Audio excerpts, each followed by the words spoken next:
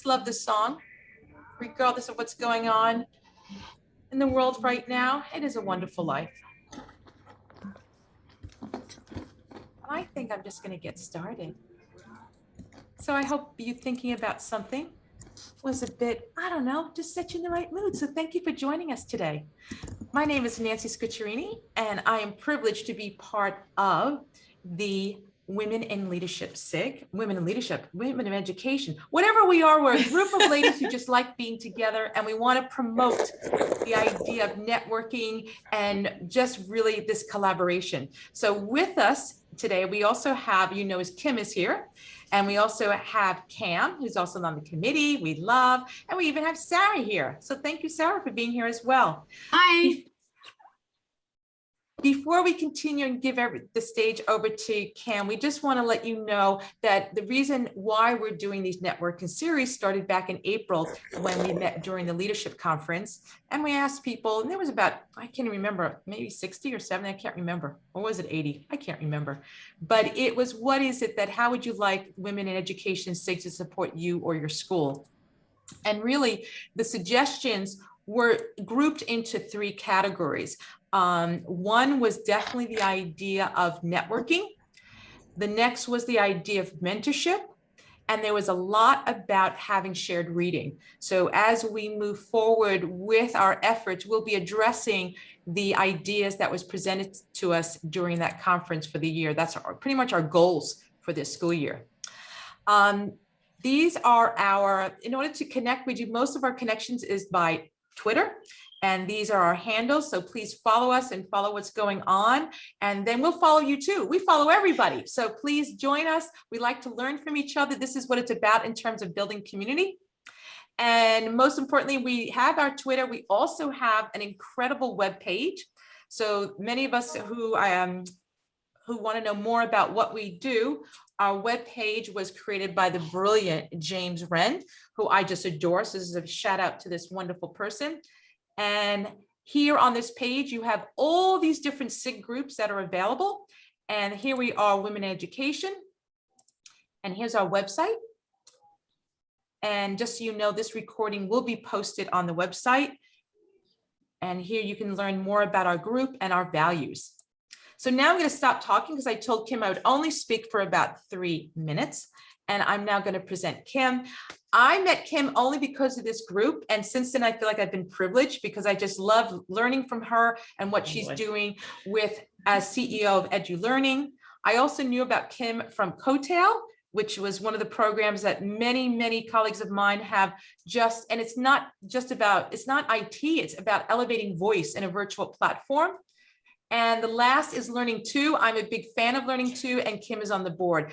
And don't forget her website. So I'm going to stop sharing, and I'm going to pass it over to Kim, who is just a really super person. So thank you, Kim, for being here. So I'm going to stop share, and then you can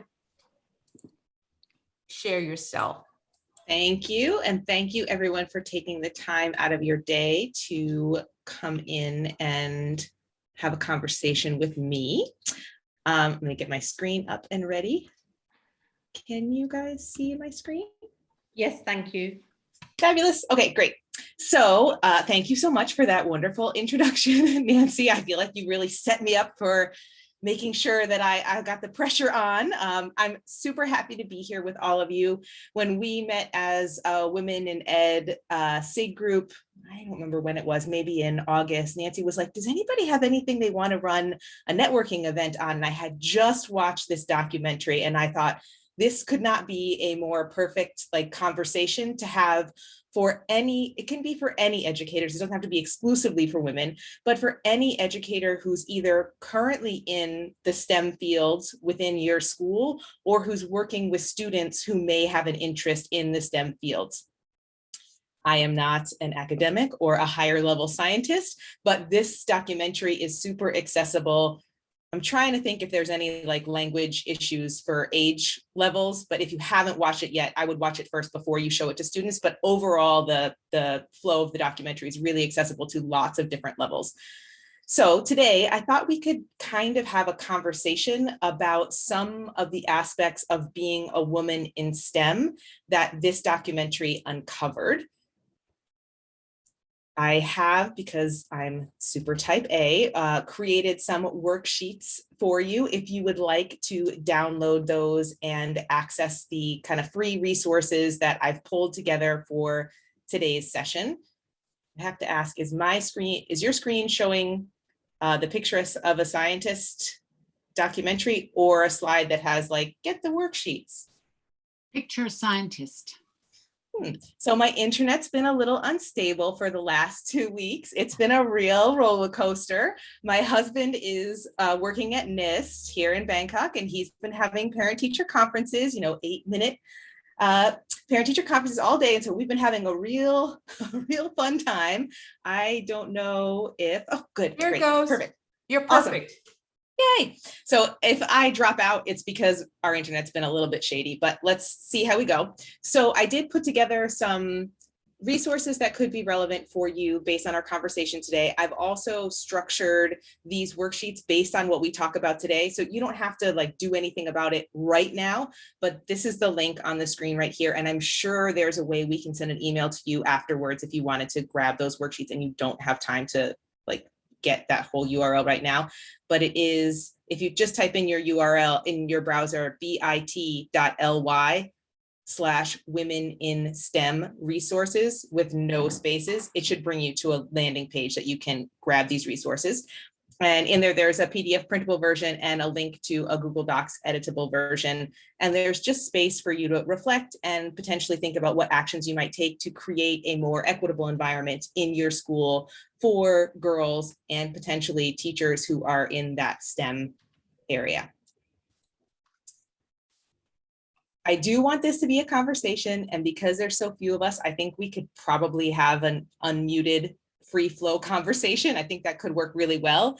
And I did kind of break it down into 3 parts. The first part, exploring the challenges from the documentary. Second part, I want to share some stories and experiences from the women who lead interviews that related back to this. And then I wanted to share some thoughts I had about moving forward and finding some solutions, finding a pathway to support our women and girls. And for the first thing, we can unmute and see how we go. Who actually watched the documentary? You could like say me, or you could raise your hand, or you could, let me know if you watched it. Halfway. Good job, Nancy. Did you watch it, Amanda? I haven't seen it, but Okay. I wrote it down. I want to now. Good. And Sarah, did you happen to watch it? I feel caught out. I feel like, you've suddenly asked me something I didn't do for my homework. So I'm so sorry. No, it's okay. Don't worry. So let me tell you a little bit about it so that you feel like you're kind of going into this knowing what's going on. And then I'm going to pull up what I think is a key resource from the documentary.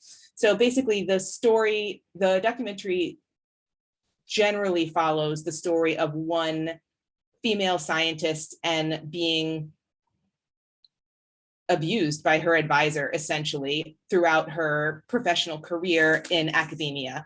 And through that particular story, it just brings up all these challenges that women have in STEM fields. And they do it so obviously, so well, and so poignantly, and so transparently about the realities that women and girls are going to face, that the whole time I was watching, I was thinking, oh my gosh, this is like higher ed and workforce. And in our realm, K-12, we're saying we need more girls in STEM. We need more girls to embrace math, science, technology, engineering. But is any of that conversation about the reality they're going to face when they get there? Mm-hmm.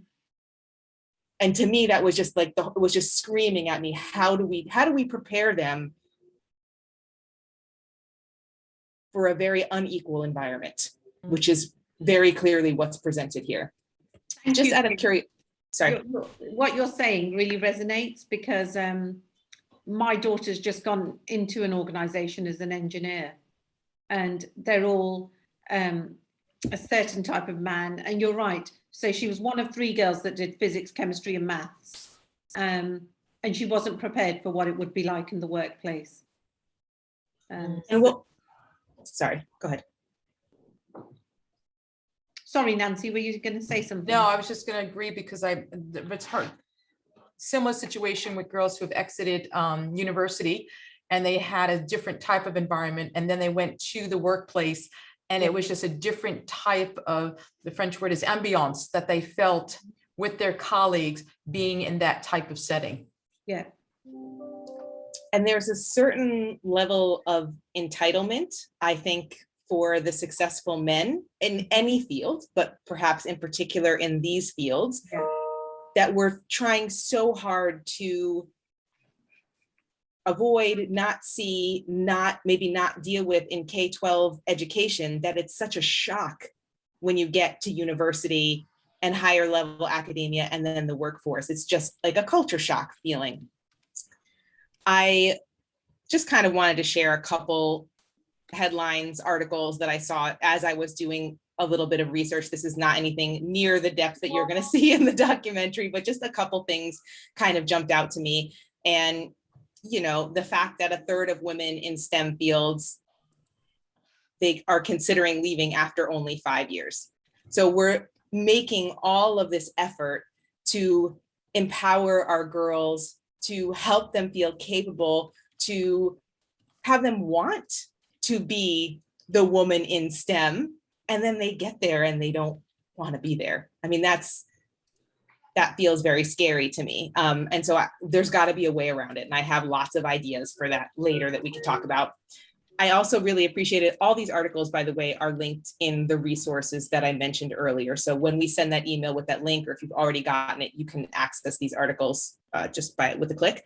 I also appreciated, because so much of the workplace culture is under the surface that we're not aware of before we go into these fields, I thought it was really interesting that the top 2 reasons listed in this particular article, this article from The Guardian, balancing work-life responsibilities, that's kind of expected, right? Maybe they're a mom, maybe they're running the household. We have these kind of stereotypical expectations of what women have to do and what's challenging for women. But right below that, it's workplace culture. And then right below that, it's lack of women in senior roles. So it is a gender thing, and it's affecting a large portion of women in these fields. And this was another one that jumped out at me, the pay gap. I mean, I don't think this was a huge element of the documentary, but we know this is the reality. And so even though we're getting more women in these fields, we're still struggling with the pay gap. Anybody have any thoughts about any of those they kind of want to address at the moment, like thoughts that are running through your mind, experiences you've had, anything like that? Kim, I have to say, I'm really shocked by the pay gap. That's so much bigger than I thought it would be. It's kind of horrifying, huh? It is completely horrifying because, you know, you sort of see the 10 of, I mean, this is double. This is, men are earning 100% more. Mm-hmm. I'm not going to share this slide with my daughter. But the thing is, if you don't know, you also can't ask for more money. You know, like what our perception of what's fair and equitable could be so different than what men of equal experience and education perceive as equitable. And so maybe they're asking for more. And that's part of the issue. Is it's not, certainly in the US, it is definitely not transparent who gets paid what. I don't know how that like plays out in other countries, but you don't know what other people make. So unless somebody tells you, how do you know to ask for more? Yeah. Yeah. And, you know, and I think that's a whole topic we can cover about the fact of the gender pay gap, because what you said was really important there. What we think is fair is not what men think is fair. Yes. So we go And in, what we, we go in thinking, oh, this is fine and this will work, and we're reluctant to ask for more money. I mean, this is just proof of what you're saying. This is, you know. Yes. My very first job was not in education. And like anybody, like just coming out of college, when you're asked how much money do you expect to earn, you know, I wrote down this, what I thought was like massive figure, and I couldn't imagine ever possibly making this much money. And the woman who hired me was like, yep, no problem. And I was like, uh-oh, I did something wrong. And, you know, first day on the job, the manager that I was working with was like, how much did you ask for? And I told her, she's like, oh, you really messed up that one. Like, but if you don't know, how can you do any better? And so this is like part of the thing we have to uncover, I think, for the girls and women that we work with, to help them recognize, no, that's not where your expectation should be. Your expectation should be here. Yeah. Okay, so I'm at this to me was like everything in the documentary. So this is what I kind of hope we can dive a little bit deeper into in our conversation today. This is not, I don't think this is the exact image that they used, but it was a really nice, clear one that I could use and break down for us during today's session. What they talked about, the kind of big focus of the documentary, was there is a level of abuse or harassment that is kind of in public consciousness, that's like above the water. And then there's all this other stuff that we're not aware of as general public. And it's all that other stuff that really stops women from moving forward, because the stuff that's in public consciousness, we know this is unacceptable. I am not going to tolerate this. I am going to fight back. But then all the stuff that comes beneath that is like, is this just how it is? Like, do I just have to cope with this? Like, is this my new normal? And trying to figure that out and understand, A, how prevalent all the stuff under the water is, and B, how we deal with it, to me, is kind of what I was hoping we could talk about a little bit more deeply. And I've tried to make this image bigger so you can see it. So like the things that are above the water is that typical negative attention that you can get from men, just as prevalent in STEM as it would be anywhere else. I'm not sure we talk about this in general with our students at any point anyway, STEM or otherwise. So just thinking about, how do you handle if someone promises professional rewards in return for sexual favors? How do you handle it if somebody touches you in a way you don't want to be touched? And there's one thing to talking about it in social situations, and there's a completely different conversation you have when you're talking about it in academic or professional situations. I don't know if anybody has any thoughts they want to, or questions. Well, something that I would just say there, I think before one even goes as far as looking at sexual assault and rape, it's the micros, isn't it? It's the sitting at meetings and constantly seeing women cut into when they're speaking.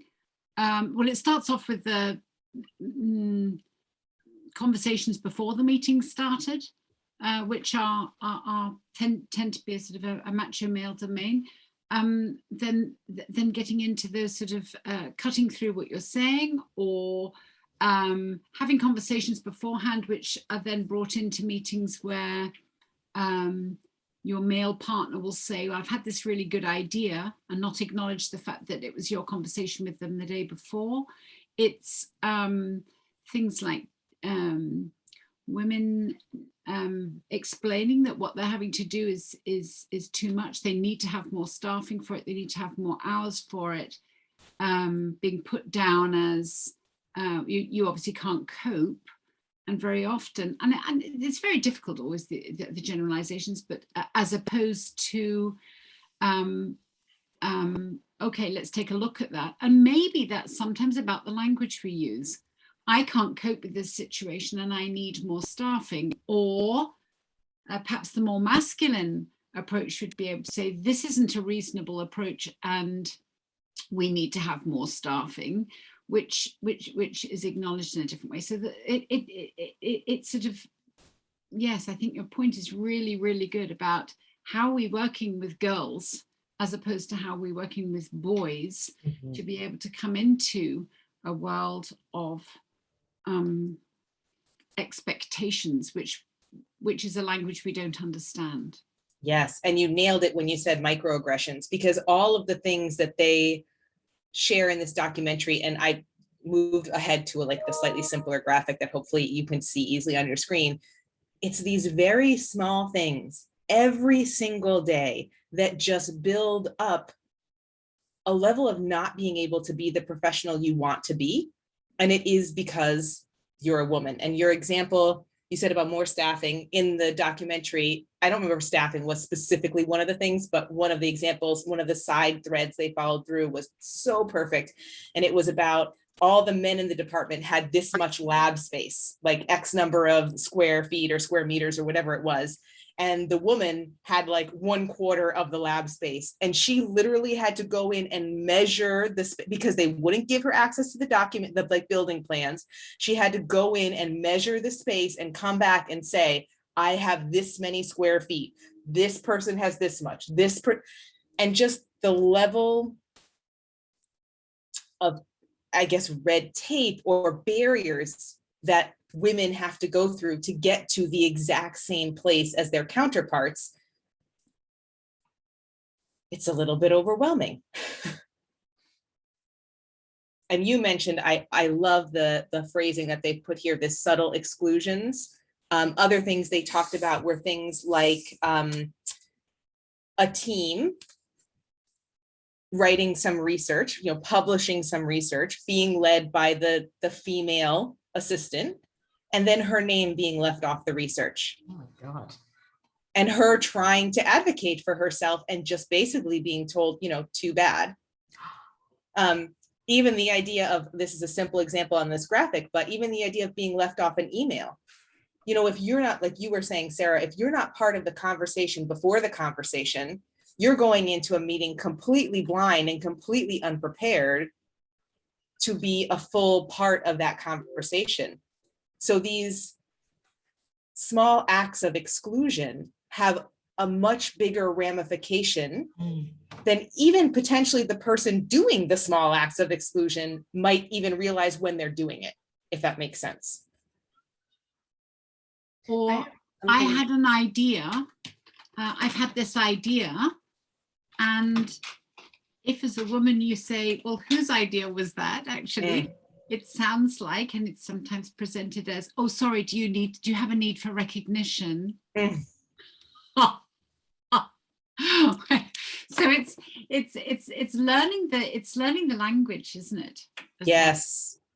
And I'm going to say way later about how we can not only think about how we prepare girls for this, but how we also prepare boys and any other, like if we're being gender inclusive, how we prepare everyone to be allies for people who are experiencing this when it comes up. Because another thread, and I know Amanda, you have something to say and I'm not going to forget, but another thread that comes up is that the woman who is harassed and abused by her professor throughout her tenure with this particular university situation, she has a male friend with her, like on these Arctic excursions, and he does and says nothing. And it isn't until decades later that he finally is like, I have felt so guilty about this for decades that I didn't stand up for you. And so somewhere along the lines, there has to be some parallel education for all parties, because everyone needs to be aware that this happens and it's not okay. And when we see it, we need to call it out. Sorry, Amanda, I jumped in, please. That's okay. I was just thinking while you're talking and this talk about microaggressions and kind of the university setting, because I teach elementary school STEAM, but then I was reflecting about the university where I went for robotics training, and the trainers were overall good, but there were some who would say things like, when you're teaching robotics to kids, it was a teacher training program that I was participating in, and the trainers were saying, when you're teaching kids about robotics, then, the boys will be really interested in how does it work? And for the girls, you can put eyes on them and name them. And I thought my heart broke because, most of the people in that program were female teachers, and there were a few men in there. The trainers were men. But yeah, one of the trainers said that, and my heart just broke.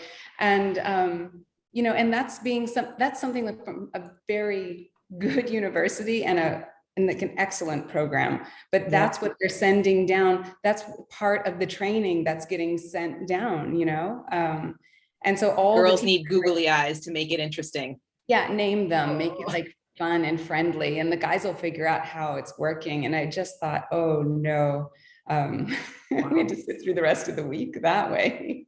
Yes, Glad that that was is. the end. But that's the kind of thing that does, you know, he works in the university. That's the kind of thing that's just so ingrained, he didn't even know what he was saying. Exactly. And then you think about, if that's the way teachers are being trained, I'm not saying you do this, but what are the teachers that follow through with that recommendation? And now we're perpetuating stereotypes at the kindergarten level. And, you know, this is just going to keep spiraling up the whole way. Yeah. We are having a nice conversation, so I'm not going to sidetrack us with the little activity that I had planned, because I think we're able to make connections and share these things as a team. So I'm just going to move straight on past that, because I do have some thoughts about potential strategies we can do in our current work, so we can feel more positive when we leave this conversation than we might feel at this moment. I did want to share, I know that some of you already know that I conducted a series of interviews with about 75 successful women leaders about their experience in leadership. And there were some stories or some quotes, I would say, that I kind of connected to this. And I just wanted to share them as strategies we can think about from those women. And then I have my own strategies, because I'm full of ideas.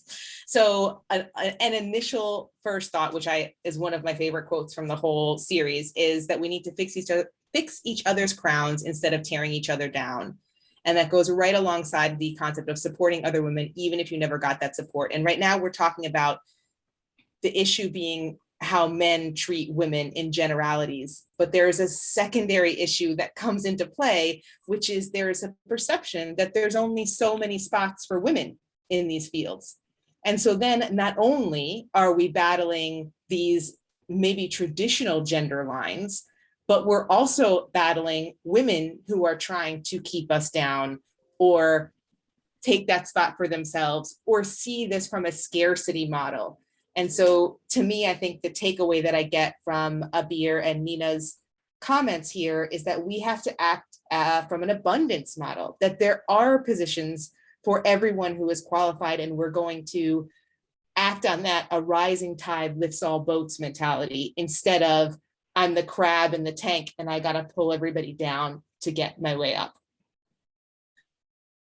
And to me, sorry to rant on for one other second, to me, this is very high school, and something that really, when middle school and high school social groups start forming, this is the conversation that can be part of that, how we treat each other in groups, cliques, that kind of thing. Sarah, you were talking about this before. The way we talk about things, the language that we use, the tone of voice that we use. I love that in this particular quote, Fiona is talking about it's okay to be different, and not everyone has to have the same leadership style or the same mannerisms in what they do. But it is important, I think, to know the strengths and potential weaknesses of the way you communicate. And if you're constantly finding yourself saying tentative statements that we favor in education, but may not be favored in a professional situation, I wonder about, I'm struggling with, these kind of phrases, and they're not getting you anywhere, how can you fine tune and then own a voice that allows you to get to where you need to be? Please feel free to jump in. I think I have 2 more slides like this I'll highlight, and then we can talk about all of them.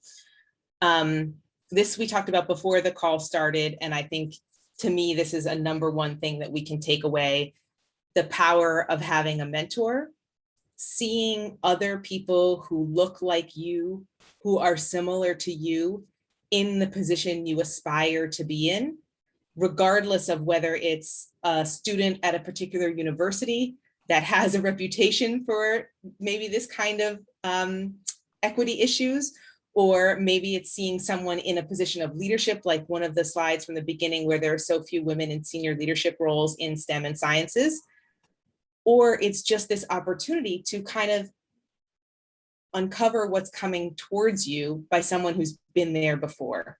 So this idea that we can be mentors for others, whether it's the students that we teach or the colleagues in the room, or we can provide mentors for those people by making solid connections in spaces like this, or, you know, using a tool like Twitter. I think I have some references for that in a sec.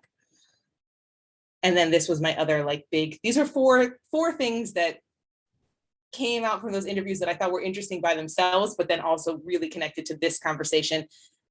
This idea that we have to involve everyone in this conversation. Yes, we have to prepare our women and girls, but we also have to prepare those that may need to be allies for us, because they're living in a completely, the same world, but a completely different world. So not even knowing the impact of their behavior, not even recognizing that this is an issue, not even being aware of the way they say or do things being inequitable. How do we bring them into the conversation?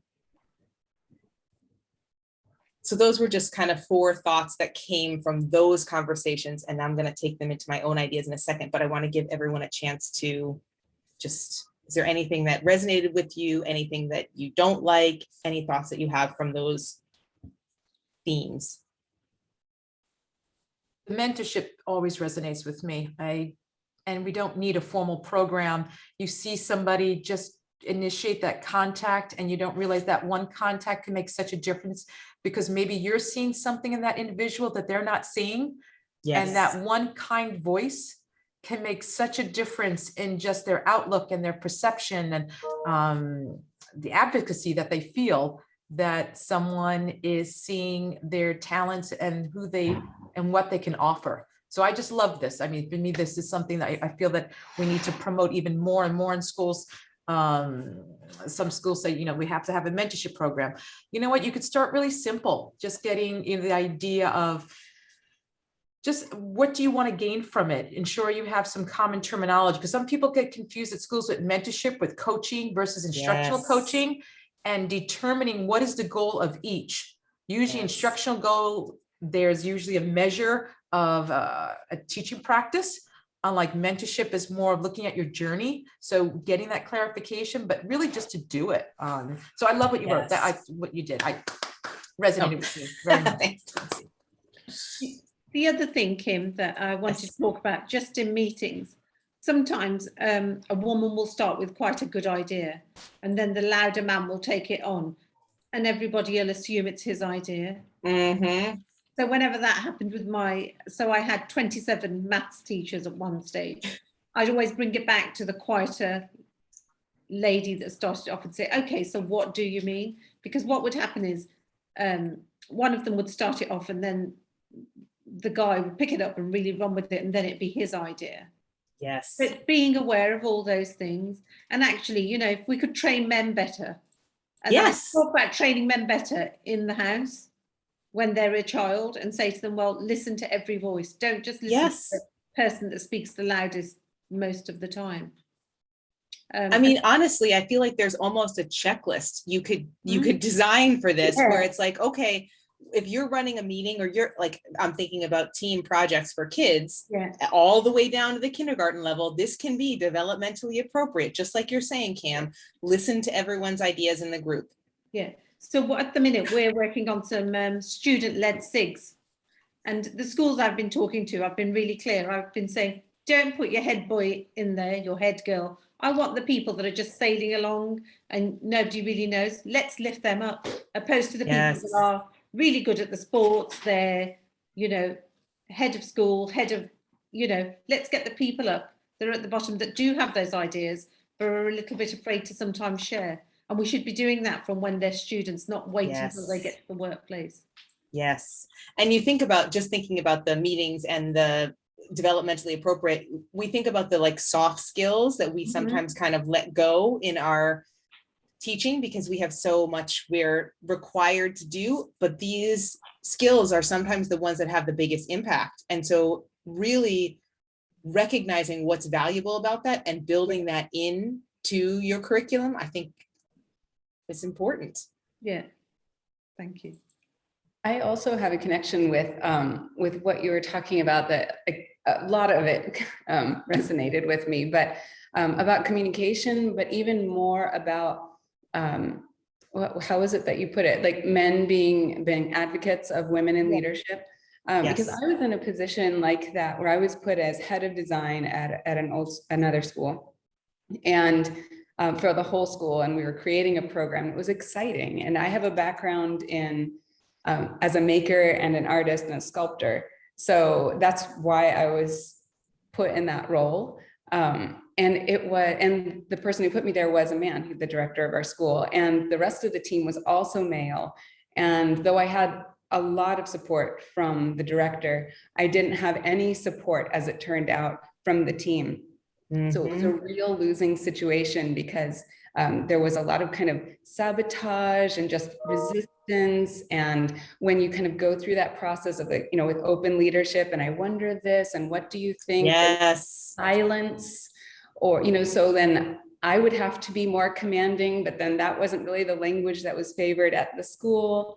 But they didn't respond to anything but orders, and even then they would just drag their feet. So, you know, it was a really challenging position where they had other specialties, you know, so together we had this really wonderful richness of skills and, you know, fields, and instead it just turned into like a horrible feeling every day going in and trying to run those meetings. And I never figured out how to do it right. You know, I just had to like crank through it and get through. But so even when we have advocates who are male and who are ready to lift us up and see, you know, like how we could give, it doesn't always work, you know? So that's something that I've always been thinking about ever since then. And it gave me a lot of pause in like the path of my career and my thoughts about leadership and where I wanted to go. Because it seemed like, you know, that's not really a battle. That's not the focus that I want. But this is the field that I want. So, you know, what do you do? And then I thought, well, you have to just be a leader in your, you know, like we are all leaders. Like you don't have to have a title to be that person that people seek out and who can make a difference. But yeah, all of those things. So thank you for bringing that up. Oh, thank you for the story. I mean, I think that is just so, it hits so home for me, because I have had similar kind of situations where the head of school sees the leadership potential in me, but then that's not necessarily filtered down in the way that maybe it needs to happen. And so even having one advocate sometimes isn't enough. You have to figure out how to layer that in. I see Annalee, you have your hand raised. Hi, Annalee. Hiya. So sorry, I'm joining from my phone, so I apologize for the quality. But I love those quotes, and I know that you've shared them in other settings as well. And when I think about this within a STEM situation, and some of this connects with, I think what Sarah was saying is, we almost have to build those networks for ourselves when we're in these roles. So we have to look for and find those allies. We have to look for and find those advocates. They may not be people within our departments. They may not be our immediate leaders, but they are people that we can trust and rely on, people who are going to say our names in situations where they deserve to be heard. And also when I think about this in terms of STEM and STEAM in schools, I also think about how we're cultivating that environment for our female students so that they feel a connection, they know they have a space. And that's one of the questions that keeps coming up at my current school right now is how do we get more of our female students in these spaces?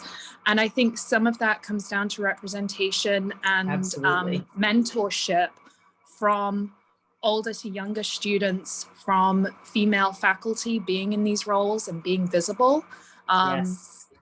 Kind of taking those students on and guiding them and helping to create those spaces just by being in them themselves. Yes, here, absolutely.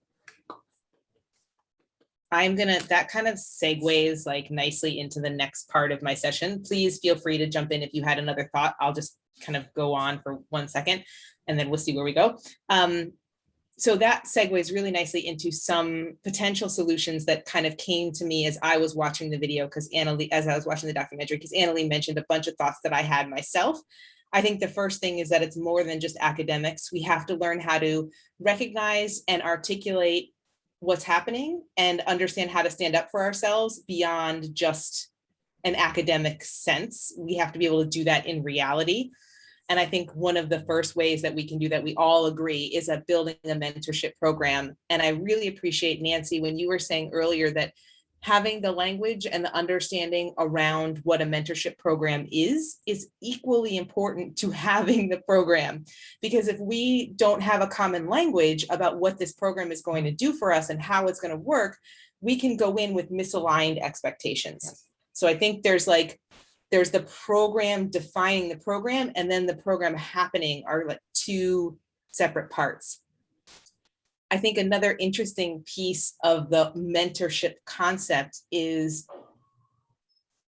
knowing how to and supporting anyone in asking for mentorship. Because you may not be able to build a mentorship program in your school tomorrow, but you can certainly talk about how to find and request mentorship at an individual level. And that was another thing that came out really clear from the women who lead interviews, is that people in positions of power, I guess I'll use that phrase, they often want to help others, but they don't know that you want their help unless you ask.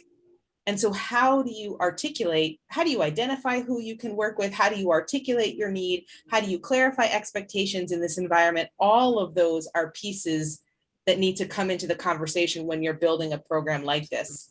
And I love, Anna Lee, your thought about not just having adults as part of that conversation, but older students be in that conversation too, because maybe in your school, it's more comfortable right now to start a peer mentoring program. And it's too big of an ask to try to bring adults into this conversation. Well, that's a great way to begin this process. Mhm. Does anyone have a successful mentorship program running in their school right now? Just out of curiosity. We have a mentorship program running here at ECIS where schools are involved. So heads are mentoring children, people who need help with CVs, job applications. Yes. So it's we wanted it to be a really inclusive program. So we've got one of the local schools in London, which is a non-fee paying school. Their kids are being mentored. That school is using that program to have their children mentored by international heads. Cool. And people That's in awesome. international schools. And again, mentorship can be, it doesn't have to be a really formal process. Yes. So, it's about being there and running those things for people. Yes. I have another thought that connects to what you're talking about, but it's not my next slide. So I'm going to hold it for a second and do my next slide. This was like, I don't know if this is going to sound like super exciting to you, but it was like an aha moment for me. Do we ever run scenarios with students? What happens if you're in a team setting and you're with 3 boys and no one ever listens to your ideas? You know what I mean? Like, you can level that up and down the K-12 platform and just have conversations about how would you handle this? What if this happened? How would you move forward? And they don't have to be horrible and scary scenarios. They can be very relevant to what is happening in the classroom at the moment. Or if you're working with older students, you could watch the documentary and say, what if you participated on a research project and someone left your name off of the publication? What would you do? Because a lot of being able to advocate for yourself is having the language to do it. And you need practice to build. You're not going to turn that on in a moment. You're not going to face a confrontational situation and suddenly all the words are going to perfectly appear in your brain. Like Amanda was talking about, having this opportunity to be a head of department and then being faced with this every single day. You can't just flick a switch and that stuff happens for you. You need to practice.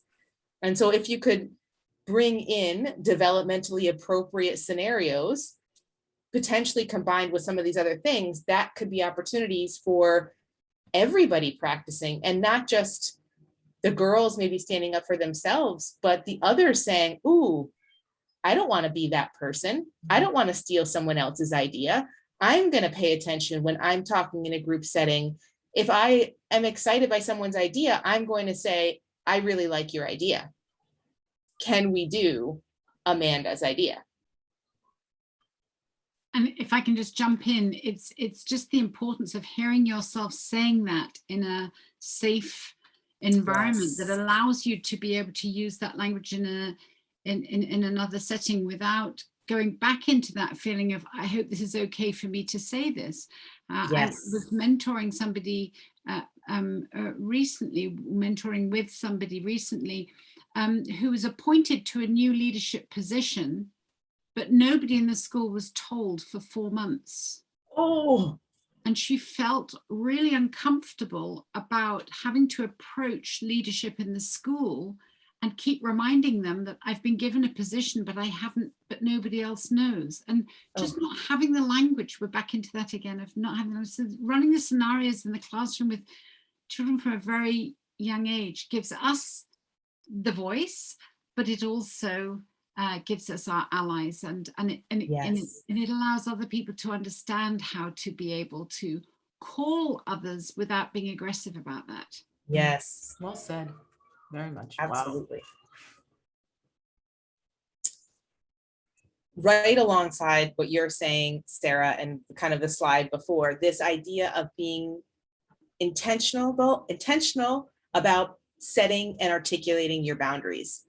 Everybody's going to have a different level of comfort with all of these different things, right? And if I don't know what my boundaries are until something happens, then suddenly I'm having to react instead of being intentional and saying, look, this is how I'm going to handle these things. This is what I feel comfortable with. This is what I can accept.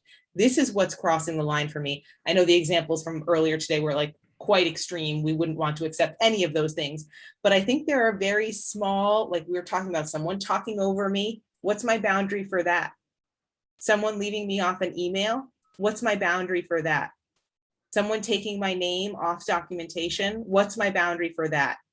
What am I going to say? How am I going to say it? When do I know when someone has crossed the line with me? And I think most times, the only time we figure those out is when the thing has already happened. And so having the scenarios to be intentional about practicing setting and articulating boundaries, it's like a flow process. This thing could happen. If it happens, here's how I deal with it. This is the slide I wanted to talk about. I think it was Nancy talking about mentorship can take any form. One of like the best things about social media to me, and all of what we've learned being able to have conversations like this, is that suddenly our classroom is open to anyone with a computer. I mean, it has been for a long time. I can tell you from coattail, I've been preaching this for a long, long time, but now it's perhaps even more like obvious that this is something we can and should be doing. And this just happens to be one of the experts that you might want to reach out to. She was featured in something else that's linked in the resources. So just kind of led me down the connection to this particular person. But just the idea of having people with experience, like Cam's daughter, having someone with experience talk to maybe your robotics club. Is robotics an area that you're super passionate about? Well, let's talk about what the reality of working in robotics in the real world is like with someone who's currently doing it. They can share the pros just as well as they can share the perhaps uncomfortable realities. And I think a lot of times we get stuck on highlighting the positive and we don't allow that time to talk about, these are some challenges you might face. Here's how I've dealt with it. Here's how I've learned about it. Here's how I could see you working through it in your setting. So that concept of mentorship isn't exclusively this like long-term formal program. It could start with something as simple as inviting an expert into your classroom. And, given most of our schools, we probably have someone amazing in our actual school communities already that we may not even be realized that can offer a conversation like this to students.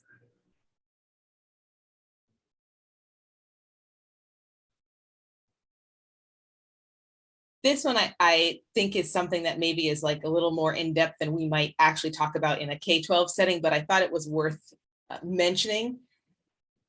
I don't think we always know what our actual legal rights are and what we have a fair responsibility to expect from people. And even just knowing that it's important to know those things, like read the contract that you sign when you sign an employment contract. What is the fine print in there?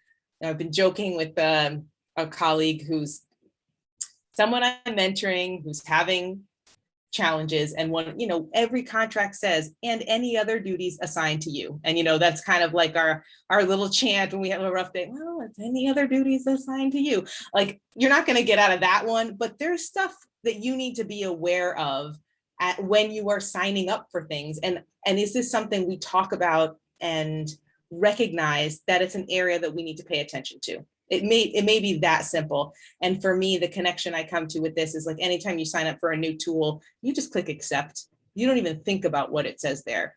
So how can we bring in this kind of critical literacy in a variety of different ways? So yes, we're thinking about it when we want to sign up for that new app, but we're also thinking about it when we sign the work contract. We're also thinking about it when we sign our rent contract. Just being aware that in most societies, as an individual, you have some rights that you can stand on. And we've talked about this a lot, this idea that the conversation should not be just for girls. The conversation needs to be with everyone, and understanding that if this isn't affecting me, I can be an ally for the person who it is affecting. I can be aware of these things that are happening. I can stand up for being on the right side of this conversation, even if it's uncomfortable for me.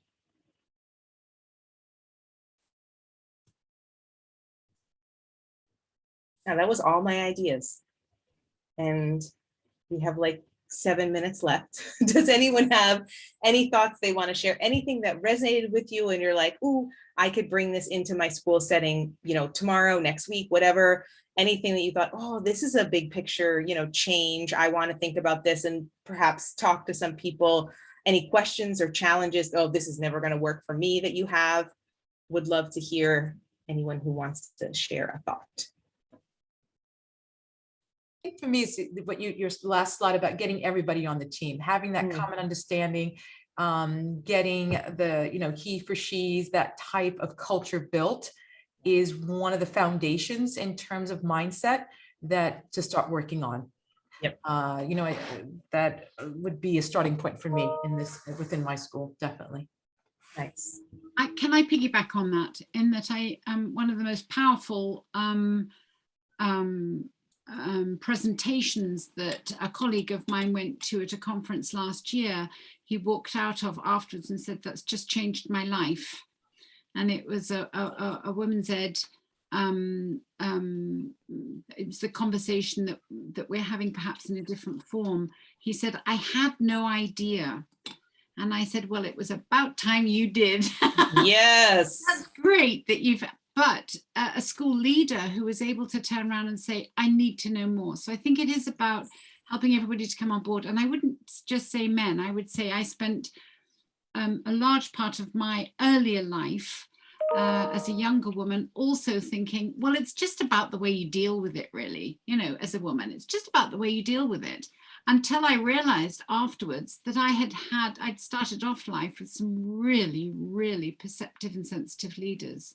I had very privileged positions that I was in from the point of view of leadership. It's only when you then come against a situation where you recognize what we're talking about. I think, so yes, it is about getting everybody on board.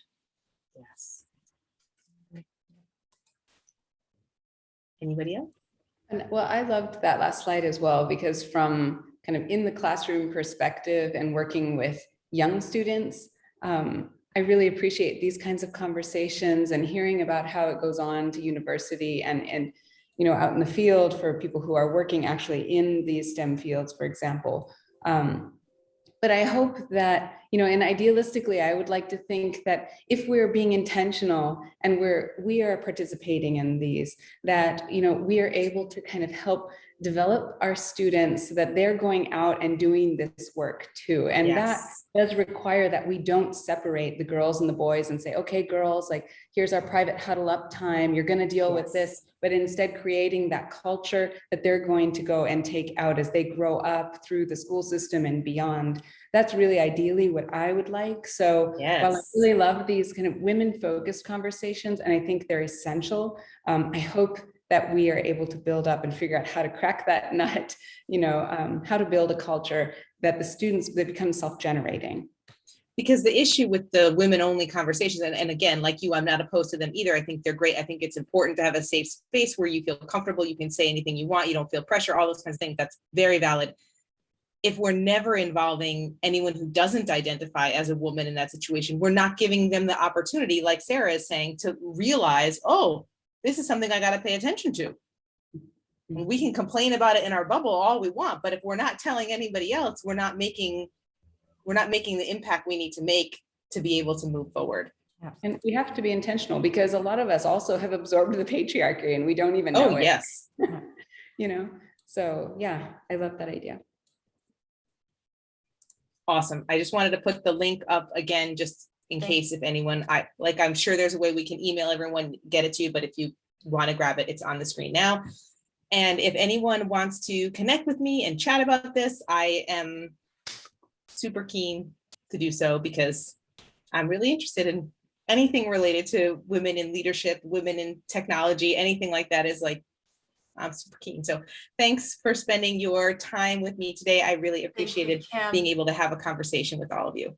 Well, I've been tweeting away, so you're Oh, thanks, Nancy. Oh God, yes. What do you think I've been doing? I'm like, okay, get a picture of her. You've been fabulous. Thank you for sharing and being with us. We'll put it on the website, and just those who joined us, thank you for spending this time with us. I think it's important that we continue these connections, and Kim, Cam, and I, and Sarah, we're already talking about what we could continue doing in terms of creating something more sustainable, a regular, coaching. With Kim, we'll think of a nice catchy name. Yes. We appreciate you just staying connected with us. You're all lovely, and have a wonderful, wonderful afternoon. And we hope to see you soon. Bye, everybody. Take care, everyone. Bye. Thank you very much, Kim. Fabulous. Thank you. My pleasure. Well done.